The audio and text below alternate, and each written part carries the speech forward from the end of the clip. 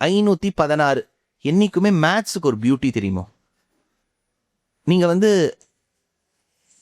If you are, ஏன்னா சில பேருக்கு மேத்ஸை கண்டாலே பிடிக்காது. இந்த ஸ்கூலில் படிக்கும்போது மேத்ஸ் பீரியட் வந்துடுத்துனா அலறுவா, ஐயோ அந்த டீச்சரை கண்டா முதல்ல பிடிக்காது. ஆனால் அவளுக்கு என்ன ஆகிடும்னா பிற்காலத்தில் வந்து அவளே MBA ஃபினான்ஸ் பண்ணிட்டு அப்படியே அமையும். கர்மாங்கிறது அப்படிதான் என்றைக்குமே தெரியுமோ, அப்படிதான் அமையும். இந்த 516ன்னு சொன்னேன் இந்த ஸ்லோகத்தில்.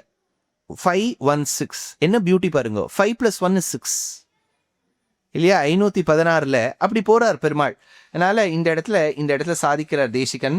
நிஜரத்னகரஞ்சலைர்மதீயான் அபராதானவதூய தத்தசாமிய ரமய சகிதஸ்ய ரங்கபர்த்துஹு பதயோரர்ப்பய பாதுகே ஸ்வயம் மாம்.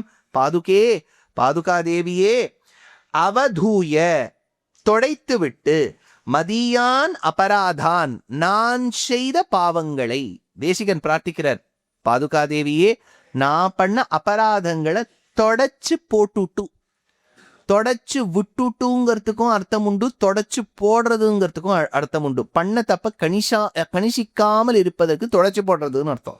அந்த இடத்துல சொல்றார், மதியான் அபராதான் நிஜரத்னகர அஞ்சலைஹி, உன்னுடைய பாதுகையில் இருக்கக்கூடிய ரத்னங்கள்லேருந்து வரக்கூடிய கிரணங்கள் அதை தொடச்சு போடட்டும். மாற்றி சொல்கிறேன். இப்போ எப்படி தெரியுமோ, நம்ம வீட்டில் ஜன்னலை திறந்து வச்சுருப்போம், கிளாஸ் டீபாய் முதல்ல முன்னாடி வச்சுருப்போம். நம்ம கார்த்தால் அழகாக அந்த அது பேர் என்ன, கூலண்ட், அது என்ன சொல்வாத, கோலின் எல்லாம் போட்டுட்டு நன்னா துணியால் நன்னா தொடச்சி அப்படி அப்பாடின்னு உட்காந்துட்டு இருப்போம். சூரியனுடைய கிரணங்கள் வரும், அது மட்டும் வராது, அப்படியே அந்த தூளும் வரும். பார்த்துருக்கீங்களா? கண்ணெதிர்க்க உங்களுக்கு தூள் செட்டில் ஆகும். இப்போ அந்த rays of the sun bring dust on us. The rays that emanate from the gems of the Paduka will wipe away the dust which are our misdeeds. நாம் செய்த அபராதங்கள் என்னும் அழுக்கை இந்த ரத்னங்களிலிருந்து புறப்படும் ஒளிக்கற்றைகள் நீக்கும். அப்படிங்கிறத நிஜரத்னகர அஞ்சலைஹி தத்தசாமியா, அதை நினைத்து கொண்டு, ஸ்வயம் அதை உனக்கு நான், அர்ப்பய நான் உனக்கு சமர்ப்பிக்கிறேன், மாம் பதயோஹோ ரங்கபர்த்துஹு சகிதஸ்ய, ரங்கபர்த்துஹு சகிதஸ்ய லக்ஷ்மியோடு கூடின ரங்கநாதனே. பெருமாளுக்கு பிரம்மச்சாரி நாராயணனுக்கு வேல்யூ 0. ஞாபகம் வச்சுங்கோ, பெருமாள் மட்டும் பிரம்மச்சாரின்னு தன்னை சொல்லிவிட்டார்னா 0 வேல்யூ. அவரை யாரும் ஒன்று கணிச்சிக்கவே மாட்டா. மார்பில் மகாலட்சுமி இருக்கணும் இல்லையே சுவாமி? ஒரு அவதாரத்தில் அவர் பிரம்மச்சாரி தானே. ஏதான அவதாரம்? வாமன அவதாரம். அப்போ இங்கே மகாலட்சுமி தான். அப்பவும் செஸ்ட்ல இருந்தா அவர் கலியுக பிரம்மச்சாரி இல்லையா? நம்மாத்து குழந்தைகள்லாம் ஸ்கூல் காலேஜ் போகும்போதே ஃபோட்டோலாம் வச்சுருக்கேன். இப்போ எல்லாரோடையும் பேசுறது என்ன, நைஷ்டிக பிரம்மச்சாரியாவா நம்மாத்து குழந்தை இருக்கு? பெருமாள் மார்பில் மகாலட்சுமி இருந்தா எப்படி மறைச்சின்னு போனார்? கிருஷ்ணாஜினம் யவனிகாம் கிருதவான் பிரியாயாக. மேலே வந்து கிருஷ்ணாஜினம்னா டியர் ஸ்கின், அதால மகாலட்சுமி மறைச்சா. அப்போ கூட மகாலட்சுமி அந்த டியர் ஸ்கின்னை விலக்கி இப்படி எட்டி பார்ப்பலாம். அப்போ பெருமாள் வந்து உள்ள தள்ளி போவார். இதை பாரு, நான் பலி சக்கரவர்த்தி வீட்டுக்கு அவனை ஏழையாக்க போயின்னு இருக்கேன். பணக்காரனா இருக்கார், ஏழையாக்கணும். நீ எட்டி பார்த்து எஸ்யாம் திசி விஹரத்தேன்னு உன் கண்ணுலேருந்து பார்வைப்பட்டு கொடுத்துனா அவன் திரும்பி பணக்காரன் ஆயிடுவான். ஏதோ ஒரு படத்துல அப்பா வந்து பிள்ளைக்கு 1000 கோடி கொடுத்துருவார். இதை நீ 30 நாள்ல செலவழிக்கணும், செலவழிச்சாதான் என்னுடைய 10,000 கோடி சொத்து உனக்கும்பர். அந்த பிள்ளை அது என்ன பண்ணும்? ஓடாத குதிரையில இன்வெஸ்ட் பண்ணும், அது ஈல்டு தராத SIPலையும் மியூச்சுவல் ஃபண்ட்லையும் போடும், எல்லாம் ஆகிடும். ஆனால் அதுக்கு என்ன ஆகிடும்? யாதிருச்சிகமாக அதுக்கு நல்ல சுக்கிரதசை இருக்கிறதுனால அதுக்குன்னு பார்த்து எந்த குதிரை ஓடாதுன்னு போட்டாலும் அன்னைக்கு மட்டும் அது ஓடிடும். இவன் வந்து செலவழிக்கணும் 10 கோடின்னு பார்த்தா அது 20 கோடியாக திரும்பி வரும். அந்த மாதிரி பெருமாள் சொன்னார், நான் பலியை ஏழையாக்கணும்னு போகிறேன் மகாலட்சுமி, நீ எட்டி என் மார்பிலேருந்து அவனை பார்த்துட்டியானா அவன் இழந்த சொத்தெல்லாம் அவனுக்கு திரும்பி வந்துடும். அதனால் பிரம்மச்சாரி நாராயணனாக வாமனனா வரும்போது கூட மார்பில் மகாலட்சுமி இருந்தாள்.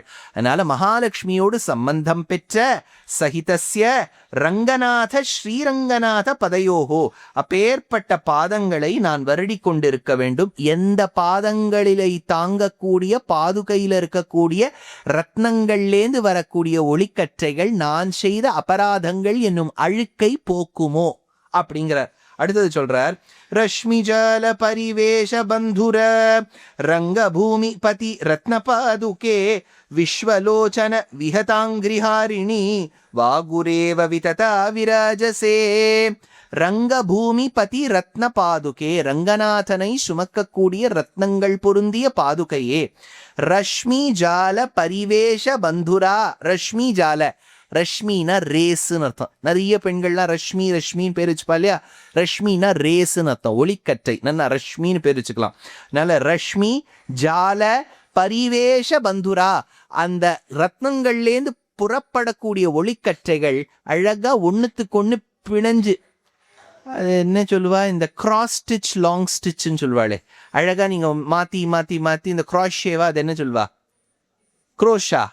அந்த குரோஷில் நீங்கள் இப்படி இப்படி இப்படி இப்படி மாற்றி மாற்றி ஒரு பேட்டர்னாக வருது பாருங்க, அந்த மாதிரி இருக்கான் இது ரஷ்மி ஜாலகி பரிவேஷ பந்துரா விராஜசே, பளபளான்னு மின்றதான். வாகுர இவ, அது ஒரு நெட் மாதிரி இருக்கான். விததா, அது பறந்திருக்கு. விஸ்வலோச்சன விஹங்க ஹாரிணி, விஸ்வலோச்ச விஹங்க ஹாரிணி எப்படி இருக்கு சொல்ற பாருங்க. இந்த நெட்டு பெருமாளுடைய பாதுகையிலேருந்து வரக்கூடிய ஒளிக்கற்றையால் உருவான நெட்டு விஸ்வபந்துரா, பறவைகளை பிடிச்சு இழுக்கிறது. எது பறவை?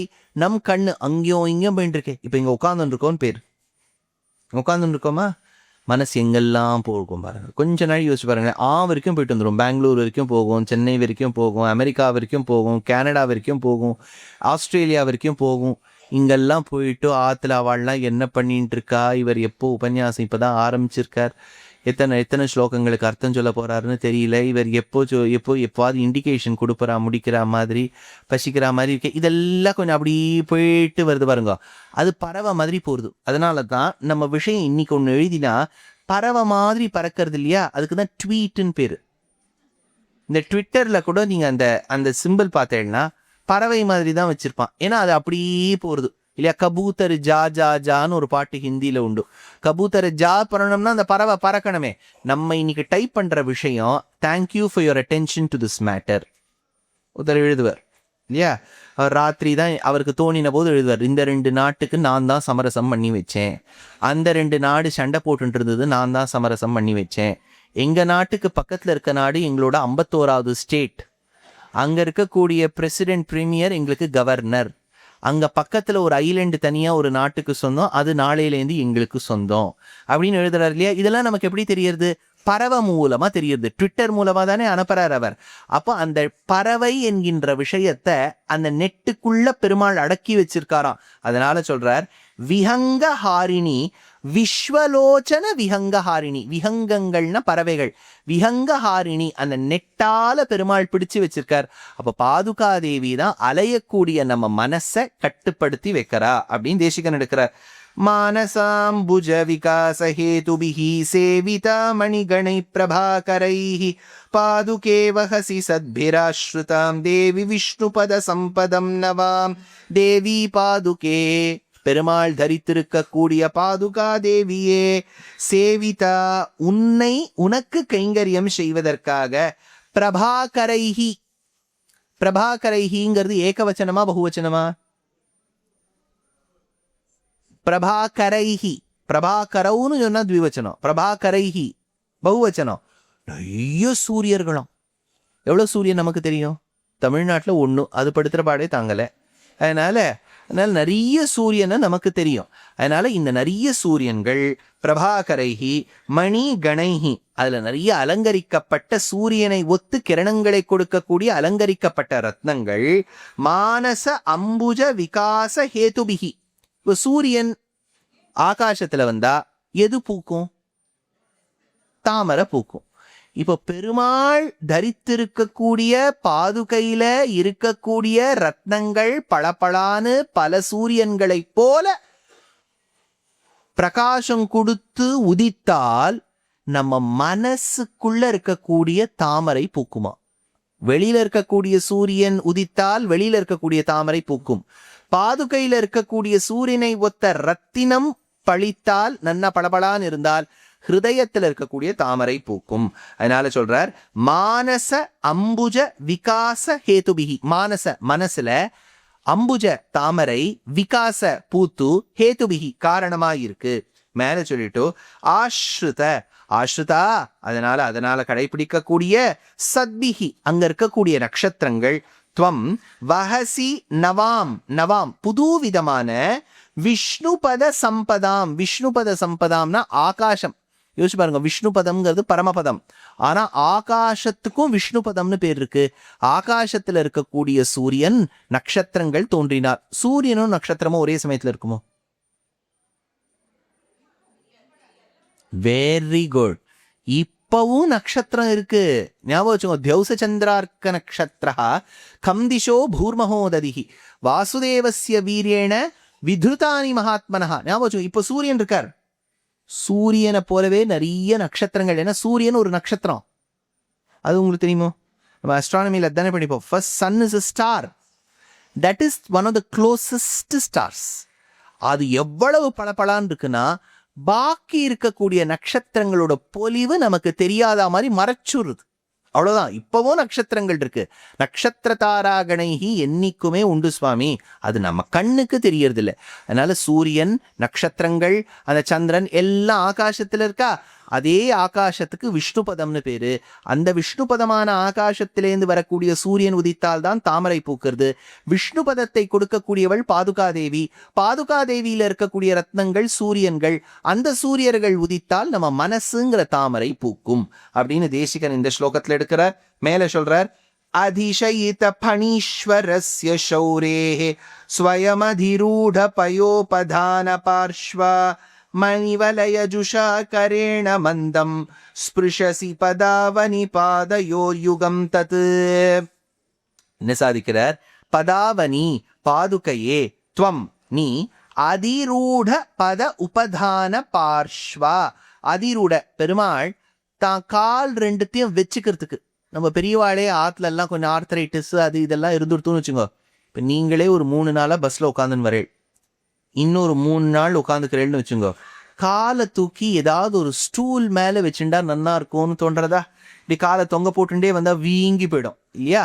இப்போ பெருமாளுக்கும் ரொம்ப நாழி படுத்துண்டு இப்போ பெருமாள் என்ன பண்ணுறார்? படுத்துட்டு இருக்கார். அப்புறம் என்ன பண்ணுவார்? திரும்பி படுத்துப்பார்.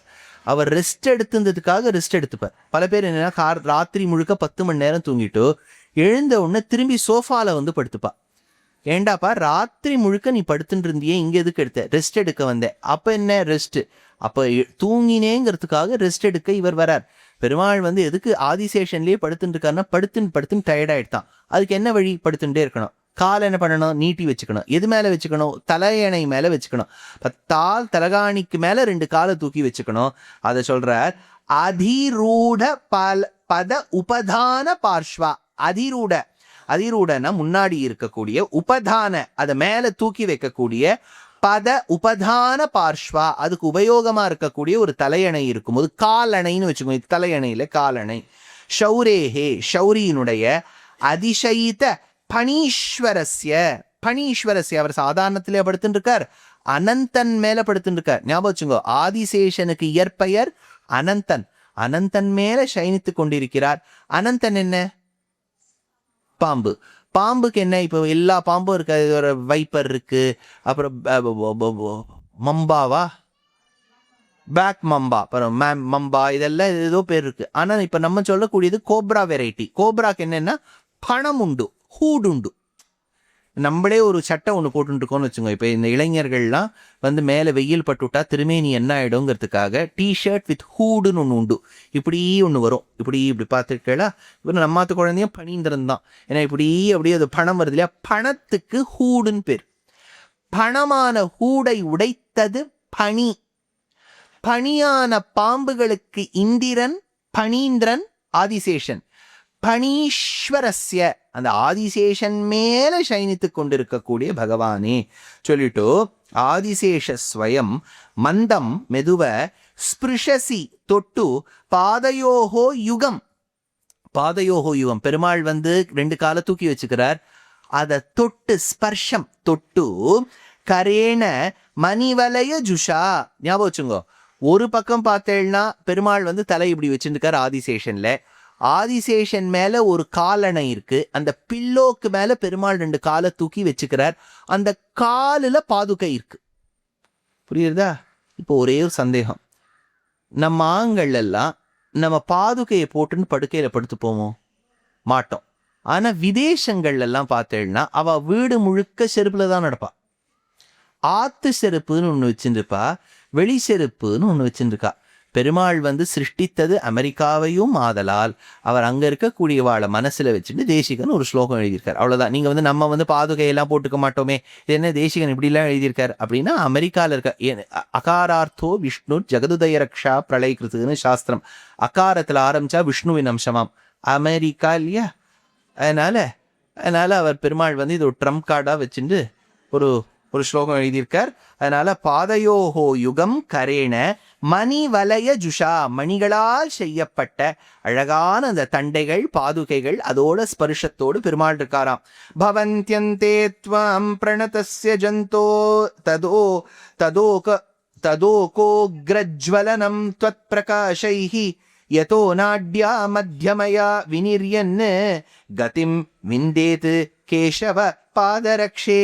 கேசவனுடைய பாதரக்ஷையே, அதாவது பகவான் கேசவனான நாராயணனுடைய பாதரக்ஷையே இங்க மேல சொல்றார். ஜந்தோஹோ, அங்க இருக்கக்கூடிய மிருகங்கள், பிரணதஸ்ய அப்படியே தலையை குனிஞ்சு நிக்கிறதா, துவாம் உன்னை நோக்கி, அந்தே எந்த சமயத்துல, அந்திம காலத்துல. அந்திம காலம்ங்கிறது ஜீவாத்மா சரீரத்தை விட்டு பிரிய வேண்டிய தருணம். அந்தே தத்து, அந்த இடத்துல ஓகஹா பவதி, ஹிருதயத்துல இருக்கக்கூடிய அந்த சன்னிவேஷம். அக்ரஜ்வலனம், அக்ரஜ்வலனம்னா பளபளான்னு பிரகாசிக்கிறது. த்வத் பிரகாஷைஹி, நீ பாதுகையில தரித்திருக்கக்கூடிய ரத்னங்களுடைய பொலிவினால இன்னும் பிரகாசிக்கிறது. யதா, எதனுடைய ரத்னங்களுடைய வெளிச்சத்தினால், வினீரியன், இந்த ஜீவாத்மா. யோசிச்சு பாருங்க, நீங்க ஒரு தியேட்டர் போறேன், தியேட்டருக்கு போய் துரந்தர் பார்க்குறேன். துரந்தர் பார்க்கறதுக்கு என்ன பண்ணணும், முதல்ல ஆற்றுலேருந்து சாப்பாடெல்லாம் சமைச்சு எடுத்துன்னு போயிடணும். ஆனால் 3/4 மணி நேரம் அந்த படம், 3.75 மணி நேரம் இல்லையா. அங்கே நீங்கள் புளிக்காய்ச்சலை கூட கலரி விடலாம், அவ்வளோ நாள். இப்போ அங்கே போகிறேன், தியேட்டருக்கு போனோடனே எல்லா லைட்டும் ஆஃப் பண்ணிவிடுவாங்க கரெக்டாக, ஏன்னா அந்த லைட் மட்டும்தான் தெரியணும். உங்களுக்கு வெளியில் சட்டுன்னு போகணும், எப்படி போவேன்? Mobile light. அப்போது நீங்கள் இங்கேருந்து 10 அடி வெளியில போறதுக்கு, வெளியில போய் அவன் ஒரு நம்ம ஆரோக்கியத்துக்கு ஹானியா 2-3 வச்சிருப்பான், அதெல்லாம் வாங்கணும். ஒரு 1500 ரூபாய் கொடுத்து அவனுக்கு சம்பாவனை பண்ணி அபிவாதையை சொல்லி அதுல என்ன பொரிச்சு எரிச்சு என்னெல்லாம் வச்சிருக்கானோ எல்லாத்தையும் வாங்கிட்டு உள்ள வரணும். அப்போ இங்கேருந்து அப்படி போயிட்டு ஒரு திருமண் மாதிரி ஒரு பிரதட்சிணமா வெளியில போய் அதை வாங்கிட்டு வரதுக்கு மொபைல் லைட் தேவை. ஜீவாத்மா வைகுண்டத்துக்கு போகணும், அப்போ மொபைல் லைட் வேணுமா வேண்டாமா? இங்கே நீங்கள் ஜம்மன் ஸ்விட்ச் on the mobile light, can you just help me அப்படின்னு சொல்லிட்டு எக்ஸிட் போர்டை பார்த்து நீங்கள் போவேள். ஜீவாத்மா என்ன பண்ணோம், அப்போ இந்த பாதுகையில் இருக்கக்கூடிய ரத்னங்கள்லேருந்து வரக்கூடிய ஒளிக்கற்றைகள் இந்த ஜீவாத்மாவை வைகுண்டத்து வரைக்கும் கொண்டு சேர்க்குமா. அதை சொல்றார். மத்தியமயா நாட்யா, மத்தியமயா நாட்யா, நாடின்னு இருக்கு, கேள்விப்பட்டிருக்கா? நீங்க சிதம்பரம் பக்கம் போனேன்னா, வைத்தீஸ்வரன் கோவில் பக்கம் போனேன்னா, நாடியை பார்த்து கைரேகையை பார்த்து ஒரு ஜோசியம் சொல்லுவா. என்னது நாடி ஜோசியம், கேள்விப்பட்டிருக்கா? நாட்யம்னு பேர். இன்னைக்கும் ஆயுர்வேதத்துல ஒரு வைத்தியர்கிட்ட போறேன்னா முதல்ல அவர் என்ன பண்ணுவார், கையை எப்படி பிடிச்சுப்பார், பிடிச்சுட்டு நாடி பார்ப்பார்.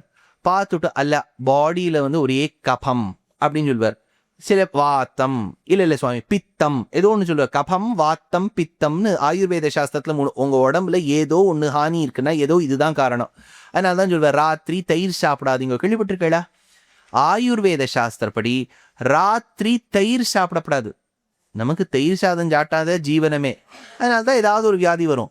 இத்தனை நாள் அன்னைக்கு ஒரேடியா வாழைக்காயா சாட்டுன்னு வரக்கூடாது, ஏன்னா வாயு.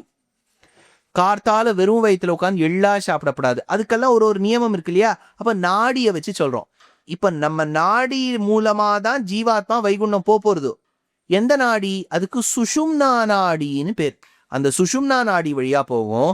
மத்தியமயா நாட்யா, அந்த நடுவில் இருக்கக்கூடிய நாடி மூலமா விந்தேத்து, அது போகும். எங்க போகணும்? வைகுண்டத்துக்கு. வைகுண்டத்துக்கு போறதுக்கு என்ன வேணும்? வெளிச்சம். வெளிச்சம் யார் கொடுப்பார்? ரத்னங்கள். எந்த ரத்னங்கள்? பாதுகையில இருக்கக்கூடிய ரத்னங்கள். அப்ப இன்னைக்கு நான் ரங்கநாதருடைய திருவடியையும் பாதுகையும் சேவிச்சா அந்த ரத்னங்கள்லேருந்து வரக்கூடிய ஒளிக்கற்றைகள் சரியான உரிய சமயம் வரும்போது என் ஜீவாத்மா வைகுண்டம் போவதற்கு டார்ச்சா இருக்கும். தியேட்டர்ல துரந்தர் படத்துல இருக்கக்கூடிய டார்ச் மாதிரி. ஞாபகம் வச்சுக்கோ. இனிமேல் துரந்தர்லாம் சொல்றேன் அப்படின்னா இதை சொன்னியாதான் நம்ம ஞாபகம் வச்சுப்போமா மாட்டோமா அப்படிங்கிறதுக்காக தான் இல்லையா. அதனால அது ஒன்றும். அஷிதில பரிணத்தா ரஷ்மிஜாலைர்மணீனாம் துரதிகமதமம் நஹ பாரமாரோபயந்தி கமல நயனம் ஆத்யம் கர்ணதாரம் ததானா பவசி பவபயோதேஹே பாதுகே போதபாத்ரி பாதுகையே அஷிதில பரிணத்தா அதாவது டைட்டா கட்டியிருக்கா, லூஸ் ஆயிடப்படாதுங்கிறதுக்காக. பஞ்சகச்சம் நாங்கள் கட்டிக்கிறோம் இல்லையா, நிறைய பேர் என்ன கேட்பா, நீங்கள் போட்டு இருக்குது ரெடிமேடா இல்லையா? ஏன்னா இப்போல்லாம் வெறும்னா பிரம்மச்சாரி வேஷ்டிக்கே வெல்க்ரோ வேஷ்டி வந்துடுச்சு. அந்த அசடால அது கூடவா போட்டுக்க முடியாது இல்லையா? அது மடியில் ஒன்னே ஞாபகம் வச்சுங்கோ, இந்த வஸ்திரம் அந்த வேஷ்டி அதுக்கு பெல்ட்டே தேவையில்லை. நான் சொல்லட்டுமா, இப்போ நான் பஞ்சகஜம் நித்தியபடி கட்டிக்கிறோமே, பெல்ட்டே தேவையில்லை. அதுக்கு முன்னாடி ஒரு பெல்ட்டை போட்டு வெல்க்ரோ போட்டு வயத்தை இறுக்கி உடுக்கி இதெல்லாம் பண்ணவே வேண்டாம். உலூக்கல பந்தனமே வேண்டாம். அதை நம்ம முதல் முறை கட்டிக்கும் போது ஒரு முடிச்சு போட்டுட்டோம், அந்த போட்டுண்ட வேஷ்டியை மடிக்கணும். அந்த மடிப்பே உங்களுக்கு பெல்ட் ஆகிடும். நான் சொல்றது புரியுறதோ? இப்போ 9 கஜத்துக்கும் அது ஒரு வழக்கம் உண்டோ? இப்போ 9 கஜத்துலேயே ரெடிமேட் வந்துடுத்து. நீங்கள் கால் குப்பாய மாதிரி இப்படி காலை இப்படி போட்டுட்டேன்னா ஜம்முன்னு அவள் தைச்சு கொடுத்துட்றா. நீங்கள் எதை போட்டுக்கிறீங்களே, இப்போ 6 கஜத்தை 9 கஜமாக்கிடலாம். 9 கஜத்தை கொடுத்தா மாமி தைச்சு கொடுத்துட்றா. நான் கால் 2 போட்டுண்டா போகிறோம். இப்படி மேலேருந்து போட்டுக்கலாமோ கீழேருந்து போட்டுக்கலாமோ தெரியல. அது போட்டுண்டா அது 9 கஜமும் ரெடிமேட். அதனால் இப்போ பஞ்சகஜமும் ரெடிமேட், அது தட்டு வேஷ்டி பிரம்மச்சாரி வேஷ்டியும் ரெடிமேட், எல்லாம் ரெடிமேட் தான். அதனால் எதுக்கு இதை சொல்ல வந்தேன்னா, இந்த இடத்துல எடுக்கிறார் டைட்டா லூஸா இல்லாமல் டைட்டா போட்டுண்டு அப்படின்னு சொல்றார். அதனால அஷிதில பரிணத்தா ரஷ்மிஜாலைஹி, உன்னுடைய திருவடி பாதுகையிலேருந்து ரத்னங்கள்லேருந்து வரக்கூடிய இந்த ஒளிக்கற்றைகள் ஆரோபயந்தி எங்கேயோ கொண்டு சேர்த்துரும். எங்க பரமபதம் வைகுண்டத்துல வரைக்கும் கொண்டு சேர்த்துரும். துரதிகமதமம்னா அடைய முடியாத ஒரு இடம், ரொம்ப கஷ்டமான ஒரு இடம், அதுல கொண்டு சேர்த்துரும். ததானா கர்ணதாரம் அதாவது ஒரு இடத்துலேருந்து இன்னொரு இடத்துக்கு கொண்டு சேர்க்கணும்னா அந்த காலத்துல சொல்றேன். இவர் கொடுக்குற காலத்துல நாவு படகு தான் ரொம்ப முக்கியம். பிரிட்ஜே ரொம்ப இருக்காது. ராமர் கட்டின பிரிட்ஜே அது ஒரு பிரிட்ஜ் கட்டினார், அவ்வளவுதான். சட்டுன்னு உங்களுக்கு பிரிட்ஜா இருக்காது. அதனால இங்கே அந்த கரைக்கு போகணும்னா ஒரு ஒரு ஒரு ஒரு நிச்சயமா ஒரு படகு வேணும், படகோட்டி தேவை. அதனால இந்த இடத்துல சொல்றார் ததானா கர்ணதாரம். அதனால்தான் அந்த காலத்துல ராமாயணம் மகாபாரதம் பார்த்தேன்னா படகோட்டிகள் ரொம்ப முக்கியம். ராமாயணத்துல கங்கையை கடக்க வைத்தவனே குஹப்பெருமான் தானே. ராமரே ஸ்விம் பண்ணின்னு போயிருக்கலாமே, அந்த இடத்துல குஹப்பெருமான் கடக்க வச்சார். பாரதத்துல அந்த சாந்தனுவுக்கு காதல் மலர்ந்ததே போட்ல தான். அங்க சத்தியவத்தின்னு மத்ஸ்யகந்தி ஒத்தி இருந்தா, அவ இந்த கரையிலேருந்து அந்த கரை கூட்டுன்னு போயிட்டா. அப்போதான் லவ் சட்டுன்னு ஒரு போட்ல போயான்னா வேறு என்னெல்லாம் பண்ணியிருக்க பாருங்க சாந்தனு. அதுக்குள்ளே கல்யாணம் பண்ணிக்கிறேன்னு சொல்லிட்டு அந்த 1/2 மணி நேரத்துக்குள்ளே கல்யாணம் பண்ணுற அளவுக்கு காதல் மலர்ந்து கொடுத்து. அதுதான் லவ் அட் ஃபர்ஸ்ட் சைட்டுங்கிறது. இது love at first ride, sight கூட இல்லை. அதனால ஒரே இந்த படகுலேயே அந்த படகு போகும்போது லவ் வந்துடுத்து. அதனால இந்த ஜீவாத்மா பரமாத்மா கிட்ட கொண்டு சேர்க்கணும்னா இந்த ரஷ்மி ஜாலைகி பெருமாள் பாதுகையிலேருந்து வரக்கூடிய ஒளிக்கற்றைகளே ஒரு ரோப்பாகி போட்டாகி அதை பெருமாள் கொண்டு சேர்த்துருவாராம். அதனால கர்ணதாரம் கமல நயனம் ஆத்யம்னா தொடக்கத்துல துவம் நீ பாதுகாதேவியே பவசி நகா போத பாத்திரம்னா போட்டுன்னு அர்த்தம். அந்த போட்டுல கொண்டு பவபயோதைஹி சம்சாரம்ங்கிற சம்சாரம்ங்கிறது தான் சாகரம். அந்த ரஷ்மிஜாலகி பெருமாள் பாதுகைங்கிறது தான் போட்டு. அந்த போட்டுல அந்த போட்மேன் போகும்போது நெட்டு வேணும். அந்த ஒளிக்கற்றைகள் தான் நெட்டு. இந்த கரையிலேருந்து அக்கறை அப்படின்னா இது பூமண்டலம், அது வைகுண்டம் கொண்டு சேர்க்கணும். அப்போ பாதுகாதேவி தான் உதவுகின்றாள்.